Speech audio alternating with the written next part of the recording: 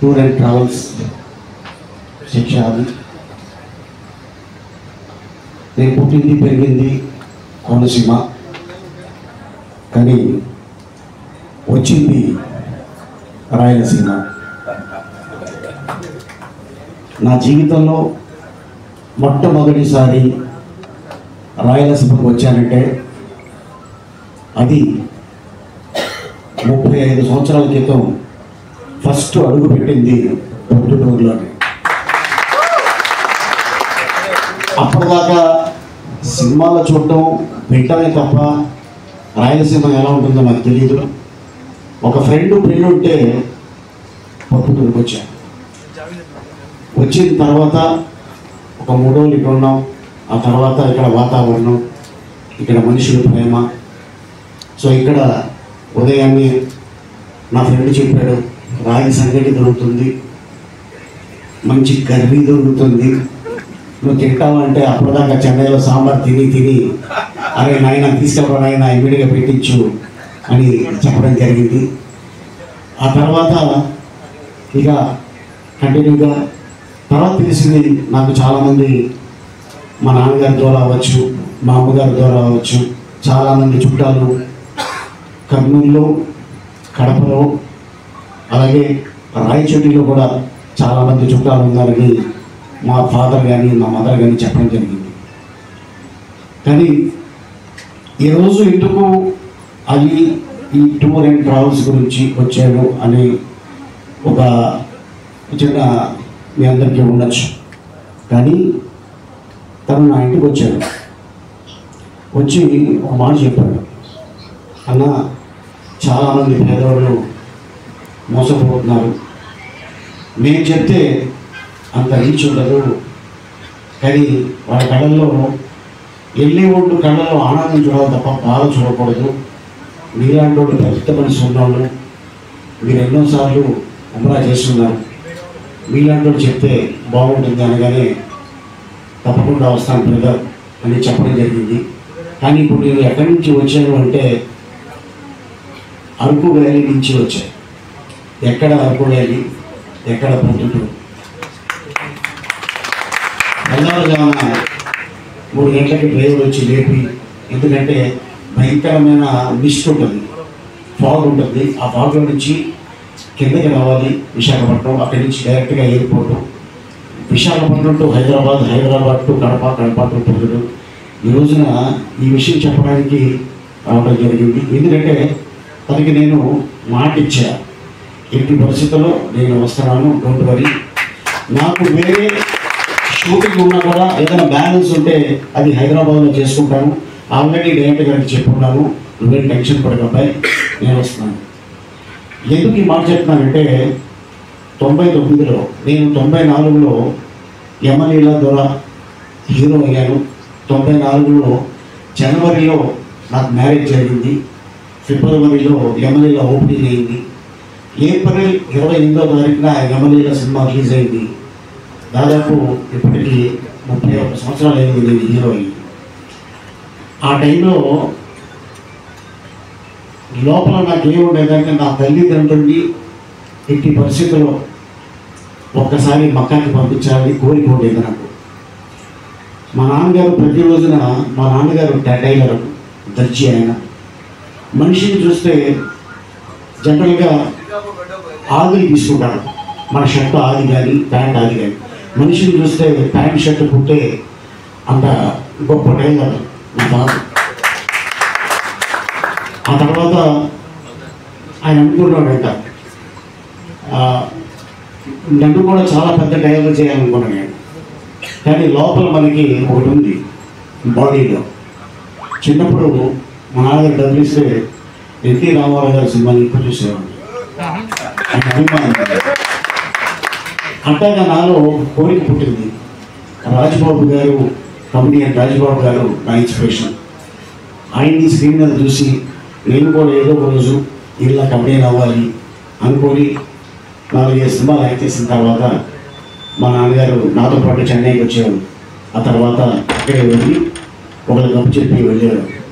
ఆ తర్వాత సీతాకోచిత best child ఆర్టిస్ట్గా ఈ సినిమాకే చెందిన ఆయన అప్పుడు సీఎం కోట్ల విజయభాస్కర్ రెడ్డి గారి చేతుల మీదుగా బెస్ట్ చైల్డ్ ఆర్టిస్ట్ అవార్డు 1980లో సీతాకోజుగా అవార్డు తీసుకోవడం, ఆ తర్వాత చైల్డ్ ఆర్టిస్ట్గా ఒక 100 సినిమాలు చేయడం, ఆ తర్వాత ఒక చైల్డ్ ఆర్టిస్ట్కి ఒక గ్యాప్ వస్తుంది.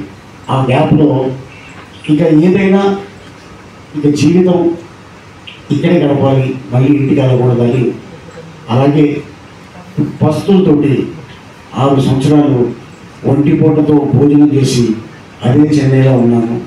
భగవంతుడు నా మీద ఒక కన్ను వేసి మీకు చాలా కష్టపడ్డారు, నేను ఎలాగైనా సరే పైకి తీసుకురావాలని కంపెనీగా హీరోగా దాదాపు 1260 సినిమాలు యాక్ట్ చేశానంటే అది నా తల్లిదండ్రుల ఆశీర్వాదం, నేను నమ్మే అలా అవ్వచ్చు. అలాగే ఆ తర్వాత నేను కూడా ఉమ్రా చేయాలని ఎంతో కోరిక ఉండేది. తెలుగు, తమిళ్, హిందీ, మలయాళం, కన్నడ, ప్రతి సినిమా డబ్బింగ్ జరుగుతుంది. ఆ డబ్బింగ్లో చాలా కంట్రీస్లో ఈ సినిమా రిలీజ్ అవుతుంటాయి.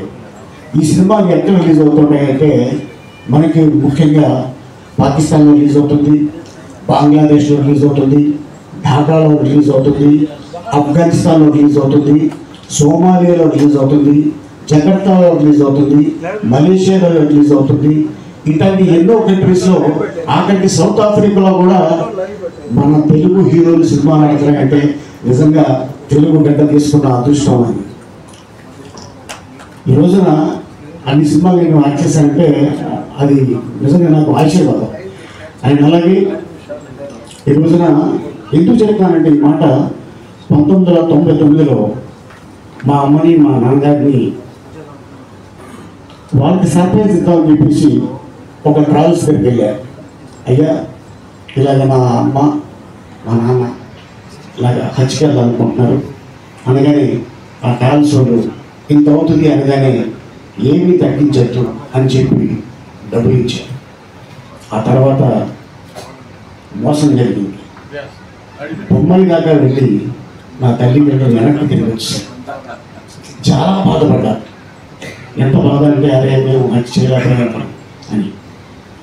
మీరేం బాధపడకండి అని చెప్పి నేను వాళ్ళని ముంబై హాజీ అలీ దర్గా తీసుకెళ్ళా. ఆ తర్వాత ఢిల్లీలో ఉన్న నిజాముద్దీన్ దర్గా తీసుకొచ్చాం, ఎందుకంటే వాళ్ళు బాధపడకూడదు అని. ఆ తర్వాత జెన్యూన్ ట్రావెల్స్ ఎక్కడ ఉంది అని తెలుసుకొని 10 మందిని అడిగి వెళ్ళి, అయ్యా లాస్ట్ ఇయర్ నాకు ఇలా జరిగింది, ఈసారి ఇలా జరగకూడదు అని చెప్పిన తర్వాత ఆ ట్రావెల్స్ అతను ఒక ఐడియా ఇచ్చాడు. ఒక పని చేయాలి, మా మీద నమ్మకం నీ పొందలేదు నాకు తెలియదు, నువ్వు వెళ్ళి ఈ చుట్టుపక్కల ఎక్కడైనా ఈ ట్రావెల్స్ వాళ్ళు కరెక్ట్ అయినా అడిగిన తర్వాత నేను నాకు అడ్వాన్స్ అని చెప్పడం జరిగింది.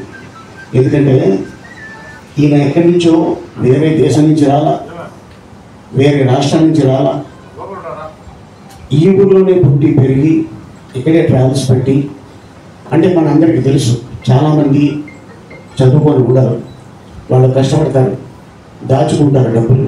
ఎందుకంటే జీవితంలో ఒక్కసారైనా మక్కాకి వెళ్ళాలి, హరాన్ని చూడాలి అని ప్రతి ముస్లింకి ఉంటుంది. సో అట్టాగా వాళ్ళు ఎంతో కష్టపడి డబ్బులు పోగు చేసుకున్న తర్వాత ఎవరో అనామకుడు తెలియని ట్రావెల్స్కి వెళ్ళిపోయి వాళ్ళ చేతిలో పెట్టి వాళ్ళు మోసం చేసిన తర్వాత వాళ్ళు బాధపడుతుంటే, ఈ మధ్యకాలం నేను కూడా చాలా న్యూస్లో చూశాను, చాలా బాధపడుతుంటా. ఎందుకంటే చాలా స్కామ్లు జరుగుతుంటాయి, కానీ ఇంత నమ్మించి మోసం చేయడం ఇది కరెక్ట్ కాదు. అట్లాంటి పవిత్రమైన ప్లేస్లో తీసుకెళ్తామని నమ్మించి మోసం చేయడం అనేది ఇది కరెక్ట్ కాదు. దీనికి ఇంకా అంతు లేదా, దీనికి ఇంకా స్టాప్ లేదా అనుకున్నాను. సో తను వచ్చి నాకు చెప్పాడు, అన్న నేనైతే జెన్యూను, చాలామంది 40,000 అనగానే అయ్యో చాలా తక్కువ వస్తుందని చెప్పేసి వెళ్ళిపోతున్నారు, కానీ మోసపోతున్నారు. కానీ అలా కాదు, నేను పెట్టే ప్రైస్ ఇది, నేను పంపించే విధానం ఇది అని తను నాకు చెప్పడం జరిగింది. అలాగే తప్పకుండా నేను వస్తాను బ్రదర్. అలాగే కొంతమంది ఊళ్ళో ఉన్న పెద్దోళ్ళు కూడా తీసుకొచ్చి వాళ్ళ ద్వారా కూడా చేపిస్తాయి. ఎందుకంటే ఇట్లాంటి వ్యక్తిని మనం నమ్మి మన ఊపిరోడు మనం ఎంకరేజ్ చేయాలి. ఎందుకంటే ఎక్కడో ఏసీలో కూర్చోబెట్టి 40 అనగానే 45 కానీ 50 అనగానే మనం తీసుకెళ్ళిపోతారు, మొత్తం తిప్పేస్తారు. ఎగ్జాంపుల్ చెప్పాలంటే వెళ్ళి రావడానికి టికెట్ 30,000 అవుతుంది. కానీ అన్ని రోజులు మిగతా 10,000 40,000 అంటే అది ఏంటంటే, ఎందుకంటే చాలామంది చదువుకుని ఉంటారు కాబట్టి నేను చెప్పేది ఏంటంటే వాళ్ళకి అంటే నేను ఒక సలహా ఇస్తాను. అయ్యా ఇలా పనులు నేను తడుతున్నారు వెళ్ళొచ్చా అని పక్కన ఏమన్నా ఉంటే చదువుకున్న వాళ్ళు వాళ్ళని అడగండి, వాళ్ళకి ఐడియా ఇస్తారు. దాన్ని బట్టి అప్పుడు మీరు నమ్మకం ఉంటే ఆ ట్రావెల్స్ తోటి మనం జర్నీ చేయాలి. ఎందుకంటే ప్రతి హిందూకి ఉంటుంది కాశీ వెళ్ళాలండి, ప్రతి క్రిస్టియన్కి ఉంటుంది జెరూసలేం వెళ్ళాలండి, ప్రతి ముస్లింకి ఉంటుంది మక్కాకి వెళ్ళాలండి. అది హిందూ అయినా ముస్లిం అయినా క్రిస్టియన్ అయినా ఆ పవిత్ర ప్లేస్కి ఎప్పుడు కూడా అంటే కర్మ అనేది ఇక్కడే, ఎవరు పైకి వెళ్ళి చూసి రాలా. సో ఇక్కడ ఎవరైతే మోసం చేశారో, ఎవరైతే మోసం చేసి తిరుగుతారో వాళ్ళకి భగవంతుడు శిక్షిస్తాడు. కానీ నేను ఎప్పుడు ఒకటే నమ్ముతాను, మనల్ని ఏమన్నా కొడితే ఇవాళ ఒకరోజే బాధపడతాం, వాడే కానీ కొడితే జీవితాంతం బాధపడతాం. అదైతే నేను నమ్ముతాను. సో అందుకోసం ఈ రోజున నా భార్యమణి తను 5 సార్లు ఉమ్రా చేసింది, నా బిడ్డలు 3 సార్లు ఉమ్రా చేశారు, నేను 3 సార్లు ఉమ్రా చేశాను. మధ్యలో ఒక 2 సంవత్సరాలు కోవిడ్ వచ్చింది కాబట్టి మీ అందరూ తెలుసు, ప్రపంచవ్యాప్తంగానే స్తంభించిపోయింది. ఎవరు ఎక్కడికి వెళ్ళడానికి లేదు, ప్రతి వాళ్ళు ఇళ్లలోనే ఉన్నారు. అండ్ అలాగే కానీ ఎక్కడికి వెళ్ళినా కూడా ప్రపంచంలో గుర్తుపడుతున్నారంటే అది మీ ఆశీర్వాదం, మీ ఒక ఆదరణ. మీరు ఇంతటి వాడిని నేను చైల్డ్ ఆర్టిస్ట్గా మొదలుపెట్టి ఈ సంవత్సరానికి కరెక్ట్గా 45 సంవత్సరాలు పూర్తి చేసుకున్నా. ఒక యాక్టర్గా ఎక్కడికి వెళ్ళినా కూడా గుర్తుపడుతున్నారు, అది నా అదృష్టం. అలాగే మరి ఇందాక మా పెద్ద ఆయన ఒక ఆయన ఇక్కడికి వచ్చిందారు, దావుదాడు ఫాదర్, తను కూడా మంచి నటుడు, తను కూడా కష్టపడుతున్నాడు పొద్దుటూరు నుంచి. అండ్ అలాగే తను అన్న మీరు మా ఊరికి వెళ్తున్నారంట, ఇలా మా నాన్నగారు వస్తారు కలుస్తారంటే తప్పకుండా. ఎందుకంటే ఏదైనా చెప్పుకోవాలన్నా కూడా మా తల్లిదండ్రులు లేరు. సో వాళ్ళు ఉన్నప్పుడు వాళ్ళకి నేనైతే సేవ చేసుకున్నా. దేవుడు ఎలా ఉంటాడో ఎవరికి తెలియదు, కానీ దేవుడు రూపంలో ఉండేదే తల్లిదండ్రులు. సో వాళ్ళని బతుకున్నంతకాలం మనం చేయాల్సి మనం సంపాదించిన డబ్బు వాళ్ళకి ఇచ్చినా కూడా వాళ్ళు ఏమి చేసుకోలేరు. వాళ్ళకి మనం పంచాల్సింది ఒక ప్రేమ. సో డెఫినెట్గా ఆ ప్రేమ మీ అందరూ పంచుతారని నేను ఆశిస్తున్నాను. అలాగే మా షాన్ కూడా ఇక్కడ ఏదైతే తను కమిట్ అయ్యాడో, సో తను సిన్సియర్ అండ్ చాలా డెఫినెట్గా చెప్తున్నాను, ఫ్యూచర్లో నేను ఎక్కడైనా వెళ్ళాలంటే నీ ట్రావెల్స్ ద్వారా వెళ్తాను. ఇది పెద్ద దూరం ఏమీ కాదు, నేను ఎక్కడో మేబీ హైదరాబాద్లో ఉంటా. సో ఇట్లాంటి వాడికి మాలాంటి వాడు ఒకసారి ఎస్ మీ ట్రావెల్స్ ద్వారా వెళ్తాము అని చెప్తే మిగతా వాళ్ళకి నమ్మకం ఉంటుంది. సో అందుకోసం నేను తప్పకుండా నెక్స్ట్ ఎక్కడికి వెళ్దాం కూడా మీ ట్రావెల్స్ ద్వారా వెళ్తాను. So all the best. So ఇక్కడికి వచ్చిన పాత్రికేయ మిత్రులకి, మీడియా సోదరులకి, అలాగే పోలీస్ డిపార్ట్మెంట్కి ఎవరైతే హెల్ప్ చేశారో వాళ్ళందరికీ పేరున ధన్యవాదాలు తెలుపుకుంటాను.